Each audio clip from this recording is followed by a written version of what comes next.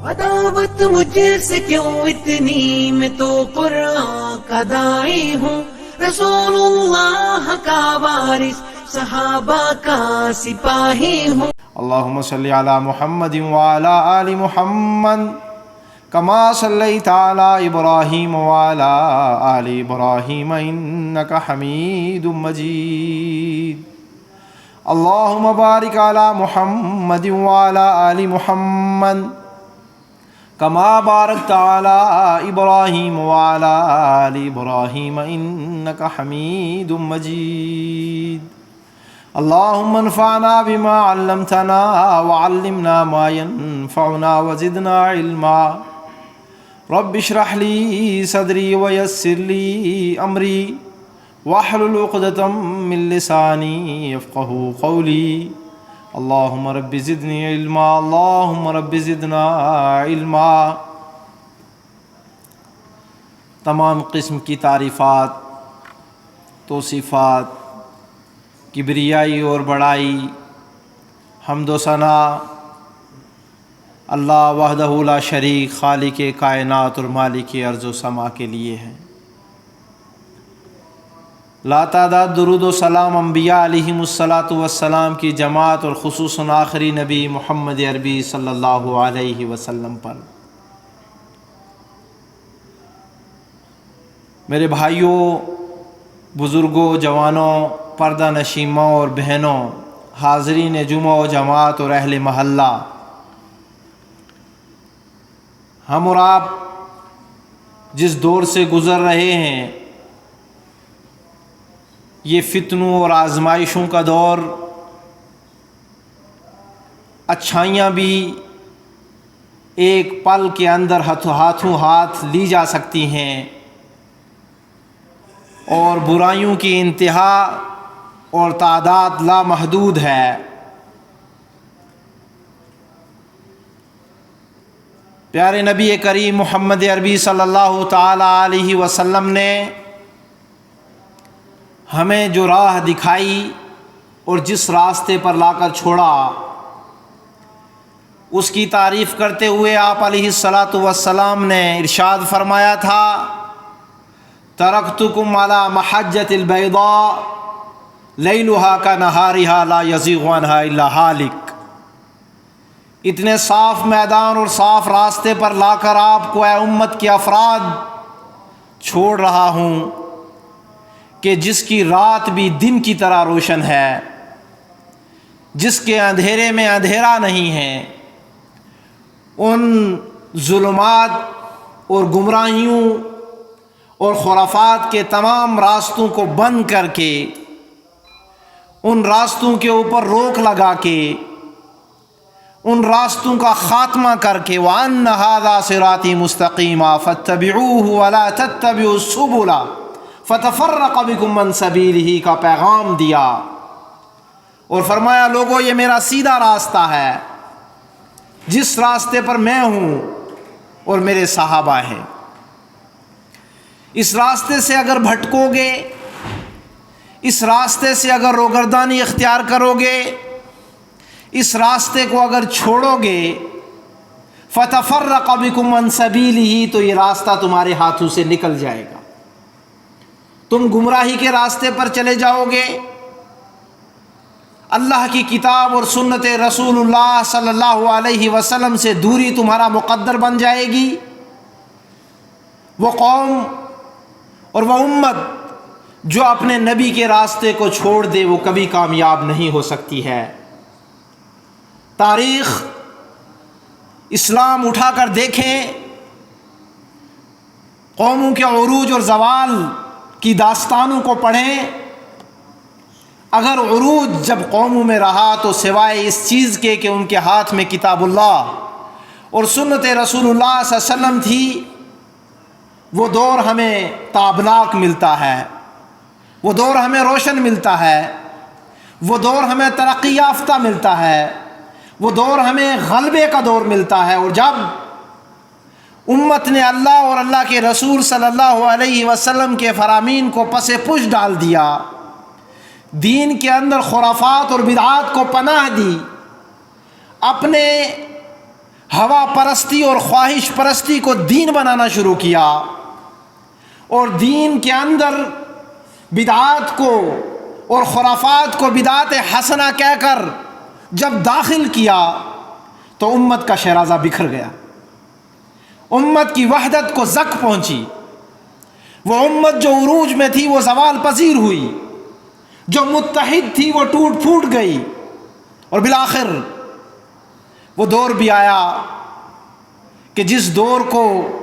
سیاہ دور کہا جانے لگا، آپس میں لڑائی اور جھگڑوں کا دور، فتنے اور فساد کا دور، اور نا اتفاقیوں کا دور اور پسپائی کا دور شروع ہوا۔ میں بڑے اختصار کے ساتھ صرف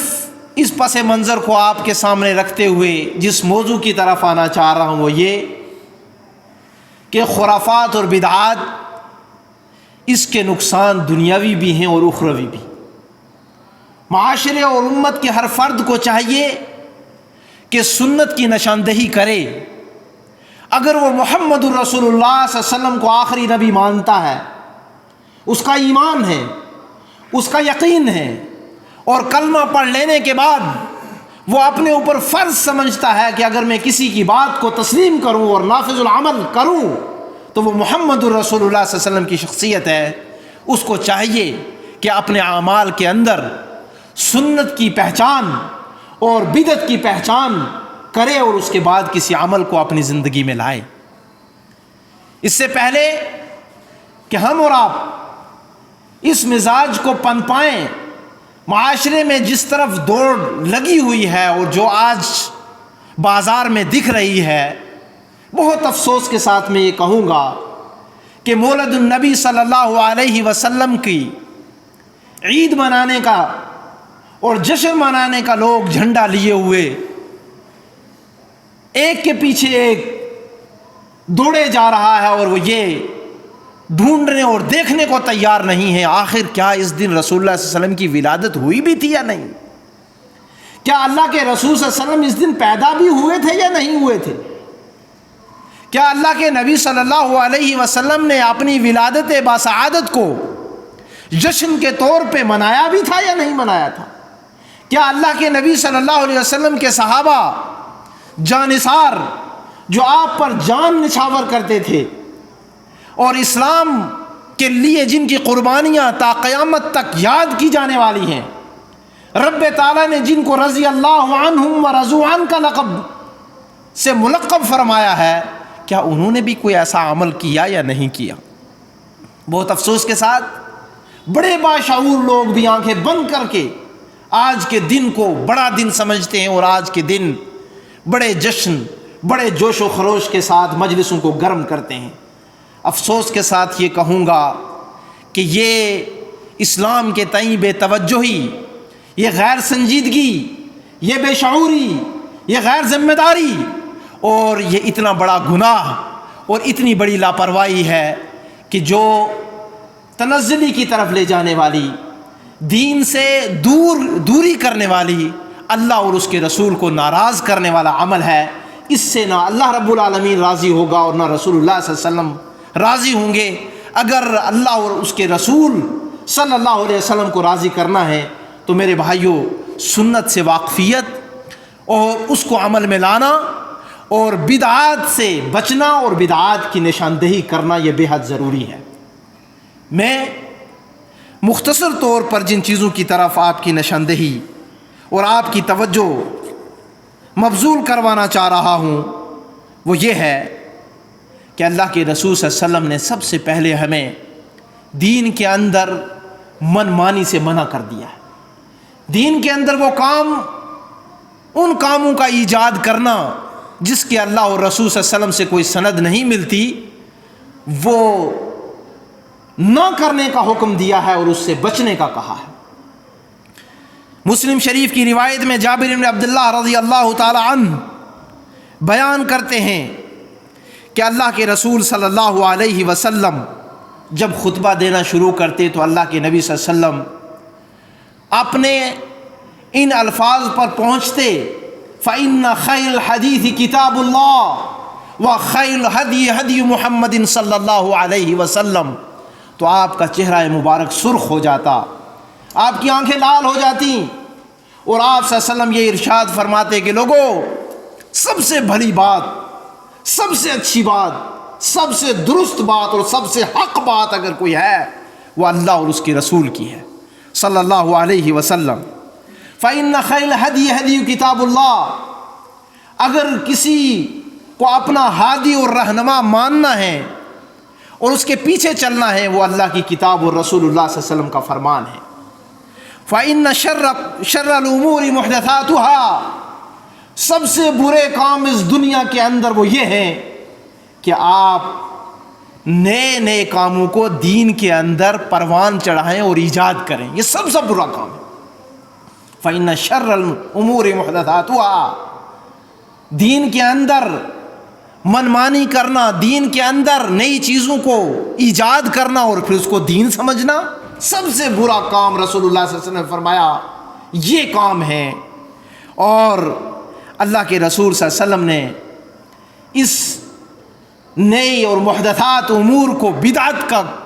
لقب سے ملقب کیا اور فرمایا ان کل بدعت ضلالہ وکل ضلالۃ فی النار، لوگوں یہ نئی چیزیں دین کے اندر ایجاد کرنا اس کو بدعت کہا جائے گا، اور یہ بدعت گمراہی ہوگی، اور گمراہی یہ جہنم کا راستہ ہے، یہ جنت کا راستہ ہرگز نہیں ہے۔ ارباد ابن ساریہ رضی اللہ تعالی عنہ ابن ماجہ کی روایت میں بیان کرتے ہیں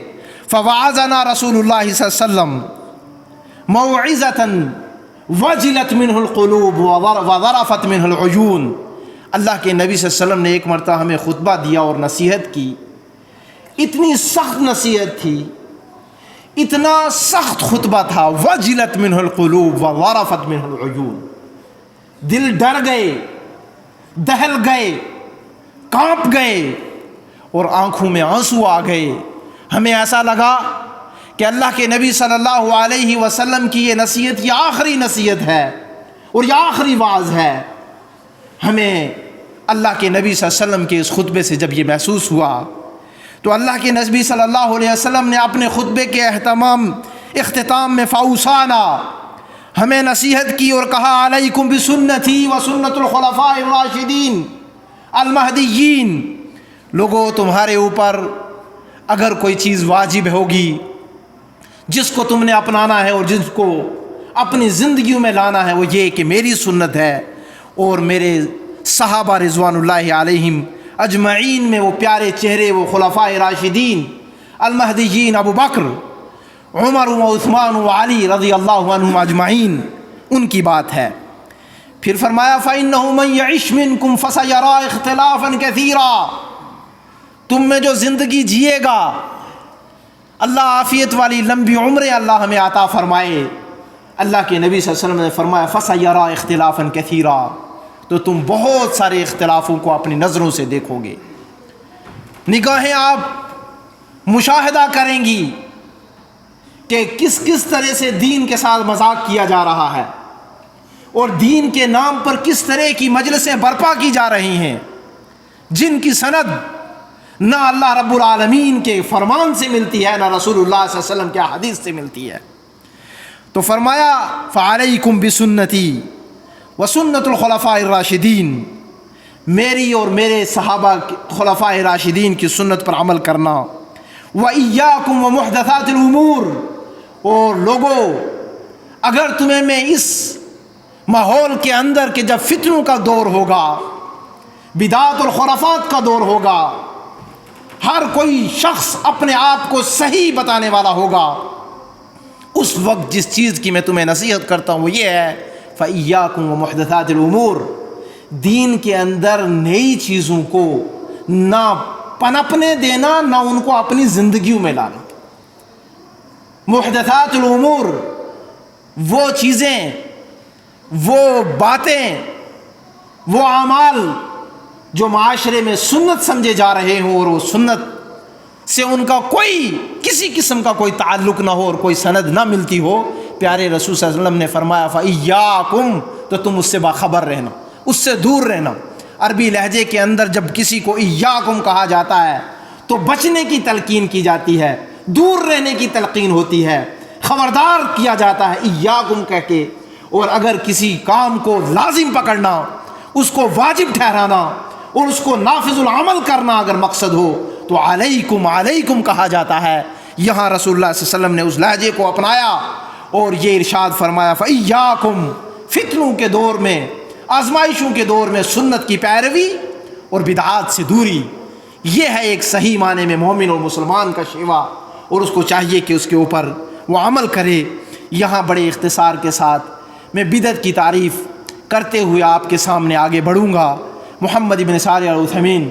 رحمہ اللہ رحمۃ واسعہ کہتے ہیں کہ بدعت یہ ہے التعبد للہ ما لیس فی کتاب اللہ وما لیس فی سنت رسول صلی اللہ علیہ وسلم، اللہ کی عبادت کرے بندہ لیکن اس پر نہ رب کا قرآن شاہد ہو نہ رسول اللہ صلی اللہ علیہ وسلم کی حدیث گواہ ہو، اس کو کہتے ہیں بدعت۔ اور پھر آپ رحمہ اللہ نے اس کے بعد اس حدیث کو پیش کیا کہ اس تعریف کے اوپر، اس ڈیفینیشن کے اوپر دلیل کیا ہے؟ تو میں نے دلیل جو ابن باجہ کی روایت آپ کے سامنے پیش کی کہ علیکم بسنتی و سنت الخلفاء الراشدین المہدیین۔ میرے بھائیوں، اس تعریف کے بعد اس مختصر سے وقت کے اندر میں بدعات کے مضر اثرات اور بدعات سے جن نقصانات کا انسان کو سامنا کرنا پڑتا ہے اور جو نقصان انسان کی زندگی میں آ جاتے ہیں، اور وہ ایسے نقصان کے جس سے اس کی آخرت اور دنیا دونوں داؤ پہ لگ جاتی ہے، ان چند چیزوں کو آپ کے سامنے رکھ رہا ہوں۔ اور ان میں سب سے پہلی چیز وہ یہ ہے کہ جب بدعات اور خرافات معاشرے میں پنپنے لگتے ہیں تو سنت کا زوال اور سنت کا اخفاء اور سنت مفقود ہونے لگتی ہے، اور جس معاشرے میں رسول اللہ صلی اللہ علیہ وسلم کی سنت مفقود ہو جائے، اس کی جگہ بدعات آ جائیں، سنت رسول صلی اللہ علیہ وسلم کو چھپا دیا جائے اور بدعات کو پروان چڑھایا جائے، مجھے آپ اپنے ضمیر کو اور کلمہ کے حقوق کو سمجھتے ہوئے یہ جواب دیں کہ کیا وہ معاشرہ کامیابی حاصل کر سکتا ہے؟ اس کے اندر برکات اور فیوز آ سکتے ہیں؟ کیا وہ اللہ کی رحمتوں کا مستحق ہو سکتا ہے؟ کیا وہ بیماریوں اور وباؤں اور پریشانیاں اور قحط اور بہت سارے جو اللہ کے مختلف قسم کے عذاب ہیں اس سے بچ سکتا ہے؟ اللہ کے رسول صلی اللہ علیہ وسلم نے اپنی سنت کو اپنانے اور سنت کے فیوز اور برکات جو معاشرے کے اندر ہوتے ہیں اس سے باخبر کیا ہے۔ حسان ابن عطیہ کا قول اس نقطے کے اندر بہت اہم ہے۔ انہوں نے کہا تھا ابتداء قوم بدعہ، جو قوم بدعت کو پروان چڑھائے گی، الا نزع اللہ منہا سنتا مثلہا، اللہ رب العالمین احکم الحاکمین اس قوم سے اس کے مقابل میں جو سنت ہے اس کو اٹھا لے گا۔ میں مثال یہ دوں، نماز کے اندر رفع الیدین سنت ہے، سورہ فاتحہ سنت ہے، رکوع کے بعد صحیح طرح سے کھڑے ہونا سنت ہے، دونوں سجدوں کے درمیان دعا پڑھنا سنت ہے، اور جب یہ سنتیں مفقود ہوتی ہیں تو نماز کی کیا حالت ہوتی ہے، کیا درگت بنتی ہے، کتنے سیکنڈوں میں وہ نماز ادا ہوتی ہے۔ اور اگر آپ اس نماز کو باطل کہہ رہے ہیں جس کو رسول اللہ صلی اللہ علیہ وسلم نے بھی باطل بتایا تھا، تو اس کا سبب یہ ہوتا ہے کہ اس سے سنتیں ہٹتی ہیں، سنتوں مفقود ہوتی ہیں،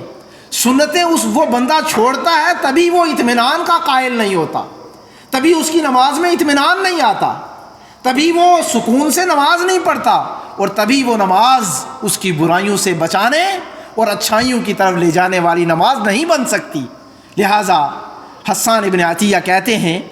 جب ایک شخص بدعت کو اپنی زندگی میں لاتا ہے تو اس کی جگہ سنت ختم ہوتی ہے اور سنت چھپ جاتی ہے، لہٰذا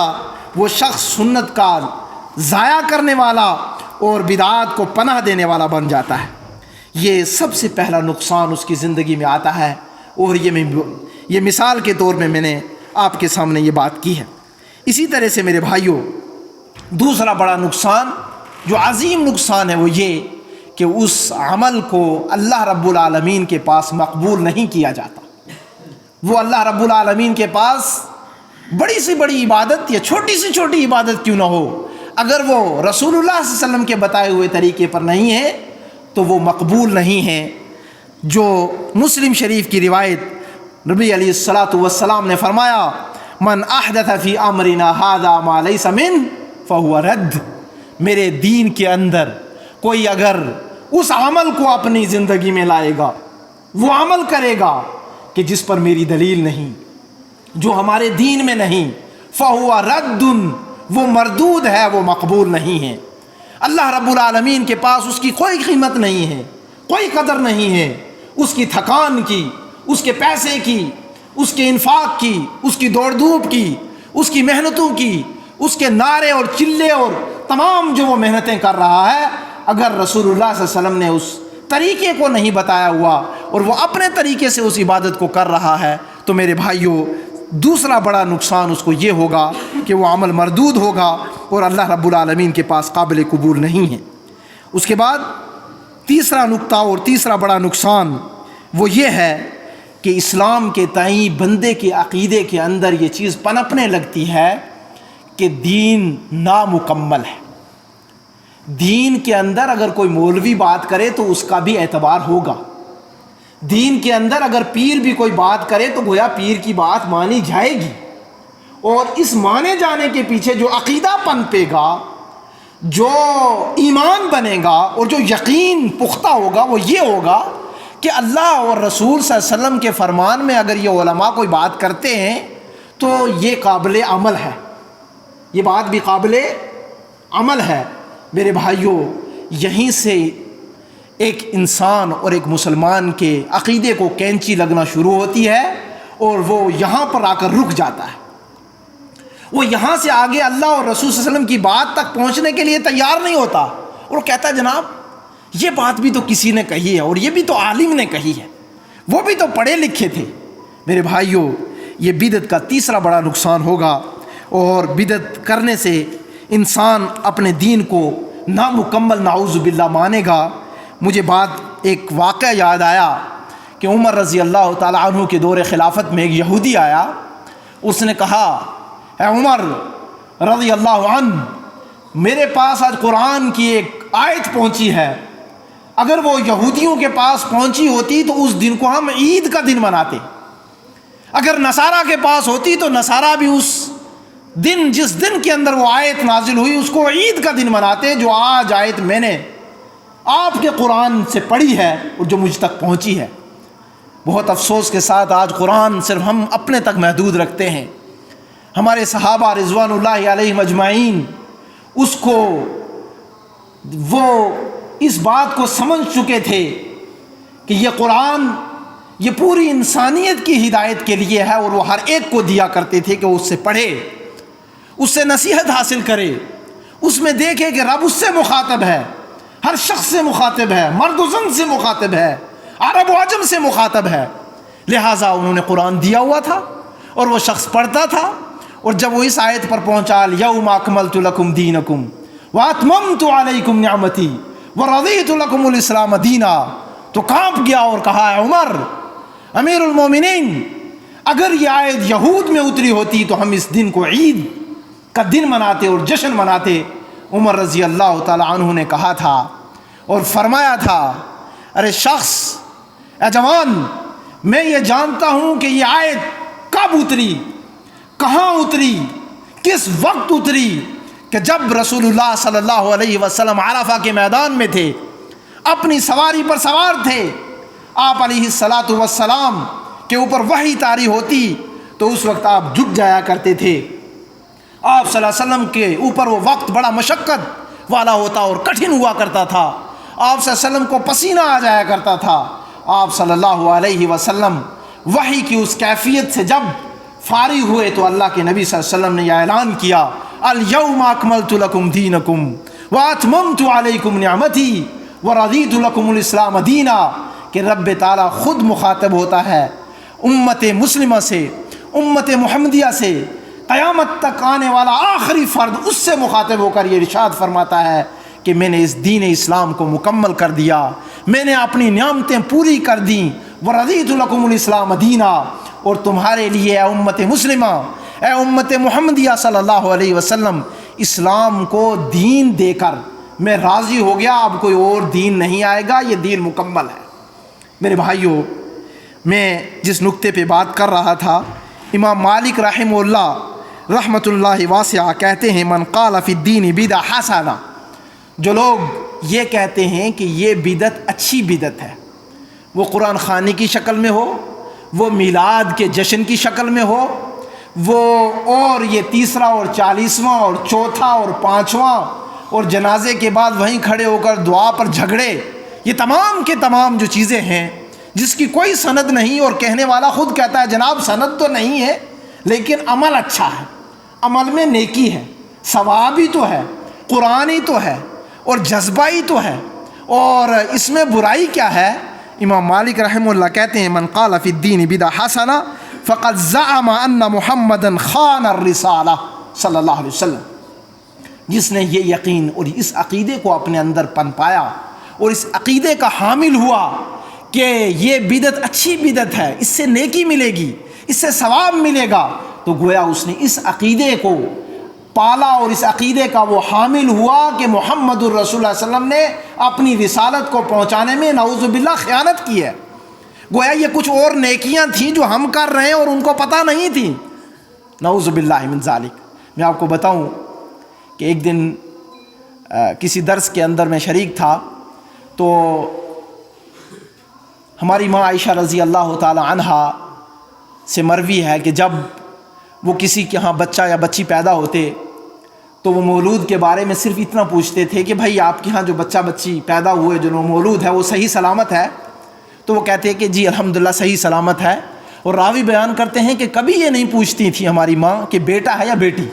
بس اس نعمت کا ذکر کرتی اور پوچھتی وہ صحیح سلامت ہے۔ جب کوئی کہتا صحیح تو الحمدللہ رب العالمین۔ تاریخ کے اندر ہماری ماں سے ایک جگہ یہ کلمہ پورا الحمدللہ رب العالمین، میں اور آپ کھانا کھاتے ہیں تو ہم نے کھانے کے بعد الحمدللہ کہنا ہے، الحمدللہ رب العالمین نہیں کہنا، کیونکہ رسول اللہ صلی اللہ علیہ وسلم نے رب العالمین آگے نہیں کہا ہے۔ میرے بھائیوں،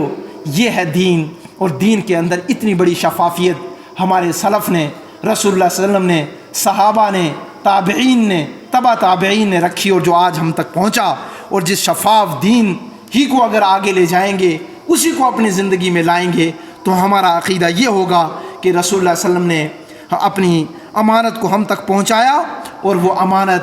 اللہ کے نبی صلی اللہ علیہ وسلم نے مکمل دی، اور کوئی ایسی چیز نہیں، خیر نہیں جس کے بارے میں نہ بتایا ہو، کوئی ایسا شر نہیں جس سے بچنے کا نہ کہا ہو۔ لہٰذا ضروری ہے کہ ہم اور آپ اپنے عقیدے کے اندر اصلاح پیدا کریں، اور اس چیز کو سمجھیں کہ جو بھی شخص یہ عقیدہ رکھتا ہے فلاں نیکی کا کام،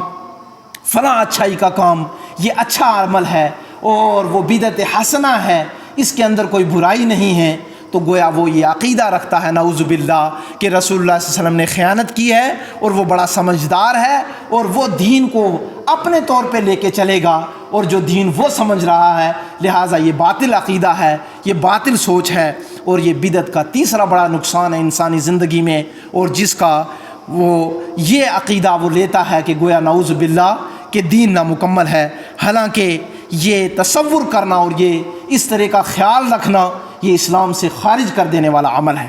اس کے بعد چوتھا بڑا نقطہ میں آپ کے سامنے جو یہ رکھ رہا ہوں وہ یہ ہے کہ اہل بدعہ کے ہاں جو بدعت کو پروان چڑھاتے ہیں اور اس کو اپنی عملی زندگی میں لاتے ہیں،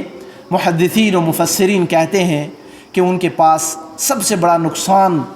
دہ عمل جو آ جاتا ہے وہ یہ کہ وہ توبہ نہیں کر سکتا۔ غالباً نعوذ باللہ وہ شخص توبہ نہیں کرتا کیونکہ وہ نیکی سمجھ کے اس کو کر رہا ہوتا ہے، اور اس کو توبہ کی پھر توفیق نہیں ہوتی۔ اور میں آپ کو بتاؤں سورہ کہف میں رب تعالیٰ فرماتے قُلْ هَلْ نُنَبِّئُكُمْ بِالْأَخْسَرِينَ أَعْمَالًا الَّذِينَ ضَلَّ سَعْيُهُمْ فِي الْحَيَاةِ الدُّنْيَا وَهُمْ يَحْسَبُونَ أَنَّهُمْ يُحْسِنُونَ صُنْعًا۔ اے پیارے رسول صلی اللہ علیہ وسلم، ہم آپ کو ان لوگوں کے بارے میں نہ بتا دیں جو خوب نیکیاں کرتے ہیں، اور وہ نیکیاں وہ ان کے لیے نقصان دہ ہیں، خسارے والی ہیں۔ وَيَحْسَبُونَ أَنَّهُمْ يُحْسِنُونَ صُنْعًا، وہ بھلائی سمجھ کے نیکی کرتے ہیں، حالانکہ وہ نیکیاں ان کے لیے وبال جان ہیں، نقصان دہ عمل ہے، کیونکہ وہ اللہ اور اس کے رسول کے بتائے ہوئے طریقے پر نہیں ہیں۔ لہٰذا اہل بدعہ کے ہاں نعوذ باللہ یہ بات رہتی ہے کہ وہ توبہ نہیں کرتا کیونکہ وہ اس کو نیکی سمجھ کے کرتا ہے۔ سفیان ثوری رحمہ اللہ کا قول اس باب کے اندر اور اس نقطے کو سمجھانے کے لیے بہت اہم ہے کہ وہ کہا کرتے تھے البدعۃ احب الی ابلیس من المعصیہ لأن المعصیۃ یتاب منہا۔ شیطان کے پاس، ابلیس کے پاس بدعت کرنے والا زیادہ محبوب اور زیادہ پسند ہے نافرمان سے، گنہگار سے۔ گنہگار توبہ کی سوچتا ہے، وہ گناہ پر ملامت پکڑتا ہے، وہ اپنے دل کو کوستا ہے، وہ لوگوں سے ڈرتا ہے، اس کو شرمندگی کا احساس ہوتا ہے، وہ کہیں نہ کہیں چھپتا ہے کہ بھائی لوگوں کے سامنے یہ میری غلطی نہ چلی جائے، بھائی کہیں مرنے کے قریب یا کسی آزمائش میں سوچتا ہے کہ بھائی فلاں نافرمانی کے سبب تو یہ عذاب اور یہ پکڑ تو نہیں آ گئی۔ لیکن بدعت کرنے والا وہ کہیں دور اس معاملے سے رہتا ہے اور بدعت میں خوب گرم رہتا ہے اور خوب بڑھا چڑھا کر اس عمل کو کرتا ہے اور وہ سوچتا ہے کہ جناب میں تو ٹھیک کر رہا ہوں۔ تو سفیان ثوری رحمہ اللہ کہا کرتے تھے شیطان جو ہے بدعتی سے بڑی محبت کرتا ہے اور اس کو خوب اس کے سامنے اس کے اعمال کو مزین کر کے خوبصورت کر کے پیش کرتا ہے کہ تو نے تو بڑا کمال کیا آج، خوب تو نے آج نعرے لگائے، خوب تو جھنڈے لے کر دوڑا، خوب تو نے جشن منایا اور خوب جناب تو نے فلاں اور فلاں کام کیا۔ تو شیطان اس کے لیے اس کے اعمال کو مزین کر کے پیش کرتا ہے اور اس سے خوش ہوتا ہے، اور بنسبت نافرمان شخص سے، کیونکہ نافرمان شخص سے توبہ کی توقع کی جا سکتی ہے اور بدعتی شخص سے غالباً نعوذ باللہ من ذالک اللہ ہماری حفاظت فرمائے، اس سے توبہ کی توقع ہونا بڑا مشکل ہوتا ہے کیونکہ وہ اس کو نیکی سمجھ کر رہا ہوتا ہے۔ میرے بھائیوں، اسی طرح سے میں 5ویں نقطے پہ آپ کو لے کر چلوں گا، وہ یہ ہے کہ بدعت اور بدعتی کی سزا۔ اللہ تعالیٰ مجھے آپ کو اور امت مسلمہ کو تمام شرکیات اور بدعات کے عقائد سے اور اعمال سے بچا کے رکھے، ہماری حفاظت فرمائے۔ اس کی سزا بہت سخت ہے اور بدعتی شخص کے لیے سزا محدثین کہتے ہیں کہ موجب ہے وہ سزا کا۔ جس طرح سے مشرک کے لیے سزا واجب ہے، اسی طرح سے بدعتی کے لیے سزا بھی موجب ہے۔ صحیحین کی روایت بخاری اور مسلم کی، جس میں رسول اللہ صلی اللہ علیہ وسلم نے فرمایا تھا کہ یجاء باقوام یوم القیامت فیؤخذ بہم ذات الشمال، ایک قوم کو میرے سامنے لایا جائے گا قیامت کے دن اور ان کو بائیں طرف کھڑا کر دیا جائے گا، بائیں طرف کھڑا کر دیا جائے گا، اور جب وہ بائیں طرف کھڑے کیے جائیں گے فاقول یا رب اصحابی، میں کہوں گا اے میرے رب یہ تو میرے ساتھی ہیں، میری امت کے لوگ ہیں، میری امت کے لوگ ہیں۔ صحابی کہتے ہیں ایک شخص کو، اور صحابی میرے پیارے پیارے یہ چھوٹے چھوٹے لوگ جو ہیں یہ میری امت کے لوگ ہیں، یہ میرے امت کے افراد ہیں، یا رب ان کو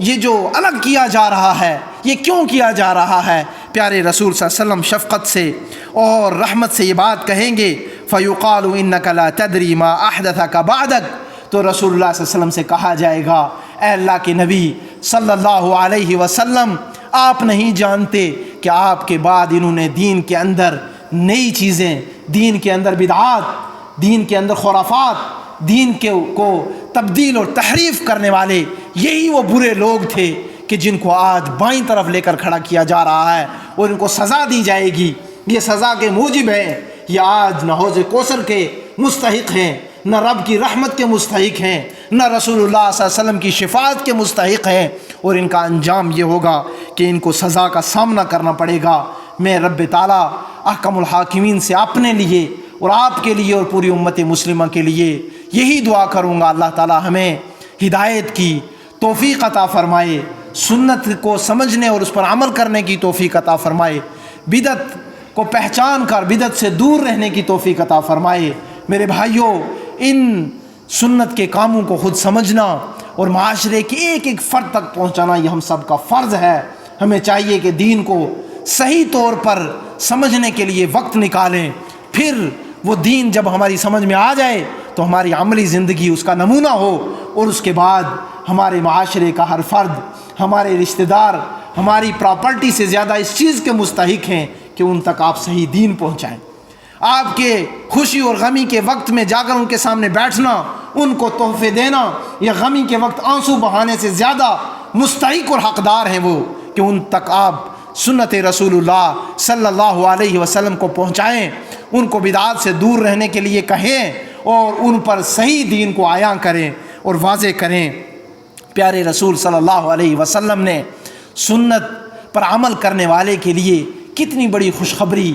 جو ہے سنائی ہے، اور جو آپ لوگ سنتے آئے ہیں، اور کتنا بڑا وہ انعام ہے۔ من احب سنتی فقد احبنی ومن احبنی کان معی فی الجنہ، جو میری سنت سے محبت کرے گا وہ رسول اللہ صلی اللہ علیہ وسلم سے محبت کرنے والا ہے۔ میرے بھائیوں، ہمارے دعوے کسی کام کے نہیں ہیں اگر وہ عملی زندگی میں سنت پر نہیں ہیں۔ ہماری اور آپ کی باتیں، ہماری اور آپ کا کہا اور سنا اور مجلسیں جو برپا ہوتی ہیں، ان مجلسوں کا اگر مؤاخذ اور مرجع رسول اللہ صلی اللہ علیہ وسلم ہیں تو وہ تو کام آنے والی ہیں۔ وہ نبی صلی اللہ علیہ وسلم کی سنت اور نبی علیہ الصلوۃ والسلام کی محبت کا جو تقاضا ہے اس کو پورے کرنے والے وہ اعمال ہیں، اور اگر وہ سنت کے مخالف ہیں تو گویا نبی علیہ الصلوۃ والسلام سے ہماری حقیقی محبت میں ہم ادھورے ہیں، ہم جھوٹے ہیں اور ہم دور ہیں۔ حقیقی محبت اس چیز کا تقاضا کرتی ہے کہ وہ نبی علیہ الصلوۃ والسلام کا صحیح متبع ہو، صحیح سنت پر عمل کرنے والا ہو۔ نبی علیہ الصلوۃ والسلام کے سامنے ایک صحابی جلیل نے بڑا تڑپ کے کہا تھا کہ اللہ کے نبی صلی اللہ علیہ وسلم کہ میں تو یہ پسند کرتا ہوں، احب ان اصاحبک فی الجنہ، میں جنت میں آپ کی صحبت چاہتا ہوں، آپ کا ساتھ چاہتا ہوں، اور مرافقتک فی الجنہ،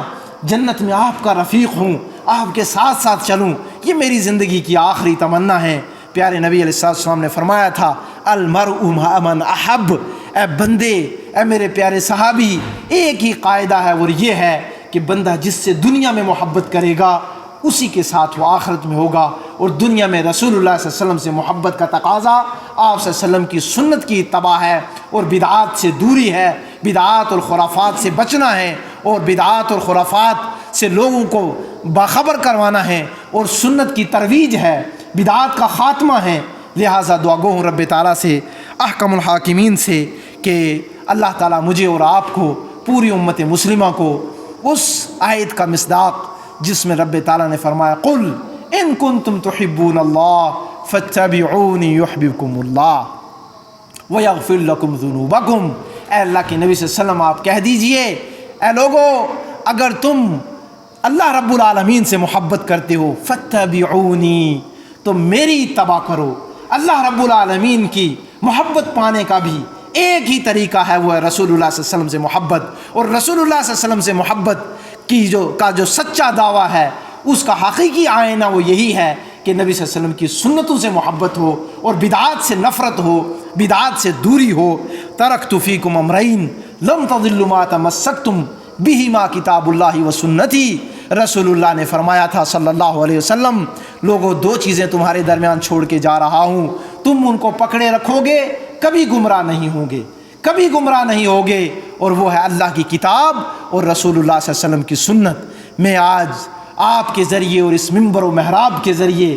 اس بستی، اس گاؤں، اس قریہ، اس شہر اور آپ سب اور پوری امت مسلمہ کے لیے پیغام دوں گا کہ ہمیں سنت رسول اللہ صلی اللہ علیہ وسلم سے واقفیت کرنا ہمارا اولین فرض ہے، اور یہ ترجیحات میں رکھیں، اٹھائیں بخاری شریف کو، مسلم شریف کو، ابو داود و ترمذی، کتابیں رسول اللہ صلی اللہ علیہ وسلم کے فرامین کی ہمارے سامنے موجود ہیں، گویا خود رسول اللہ صلی اللہ علیہ وسلم ہمارے گھروں میں موجود ہیں، ہمارے موبائل میں آج موجود ہیں، اب آپ صلی اللہ علیہ وسلم کے فرامین، آپ صلی اللہ علیہ وسلم کے ارشادات، لہٰذا ان تک فوری اور ڈائریکٹ پہنچیں، اور نبی علیہ الصلوۃ والسلام سے محبت کر کے اللہ کی محبت کو پائیں، اور اللہ اور رسول کے فرامین کو عمل کر کے اور ان کے اوپر ان کو اپنی زندگی میں لا کے گمراہی سے بچنا اور گمراہی سے دور رہنے کا بس یہی راستہ ہے، اس کے بغیر کوئی راستہ نہیں۔ رب نبی علیہ الصلوۃ والسلام کو رب تعالیٰ نے یہ فرمان فرمایا قل ان ھذا صراطی مستقیما فاتبعوہ فلا تتبعوا السبل فتفرق بکم عن سبیلی، اے اللہ کے نبی صلی اللہ علیہ وسلم آپ یہ کہہ دیجئے کہ سیدھا راستہ، کامیابی والا راستہ، جنت کا راستہ، عزت کا راستہ، سربلندی کا راستہ، اللہ کی رحمت، اللہ کی برکت، اللہ کے فضل کا راستہ ہے تو وہ صرف میرا راستہ ہے، فاتبعوہ، تو تم اس کی اتباع کرو۔ اور اگر تم اس راستے سے ہٹ جاؤ گے، اس راستے کو چھوڑ دو گے، تو یہ یاد رکھو گمراہی تمہارا مقدر بنے گی، وبا اور پریشانیاں اور ناکامیاں تمہارا مقدر بن جائیں گی، ہر طرح سے بے چینی، رسوائی، وبا، بیماریاں، قحط سالی اور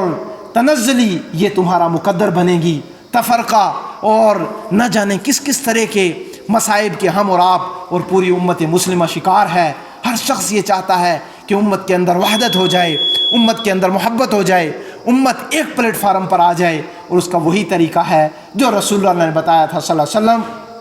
ترکت فیکم امرین لن تضلوا ما تمسکتم بہما کتاب اللہ و سنتی، لوگوں تمہارے درمیان دو چیزیں چھوڑ کے جا رہا ہوں، کبھی گمراہ نہیں ہوگے جب تک اس کو پکڑے رکھو گے، وہ اللہ کی کتاب اور رسول اللہ صلی اللہ علیہ وسلم کی سنت۔ دعا گو ہوں اللہ مالک الملک سے اللہ کہنے والے، سننے والے اور پورے امت مسلمہ پر رحم کرے، ہماری بیماریوں کو رب تعالیٰ شفا میں بدل دے، تنگیوں کو کشادگیوں میں بدل دے، جو قید و بند کے اندر ہیں اللہ رہائی عطا فرمائے، اللہ ہمیں ہدایت کی دولت سے نوازے، عافیت کی دولت سے نوازے،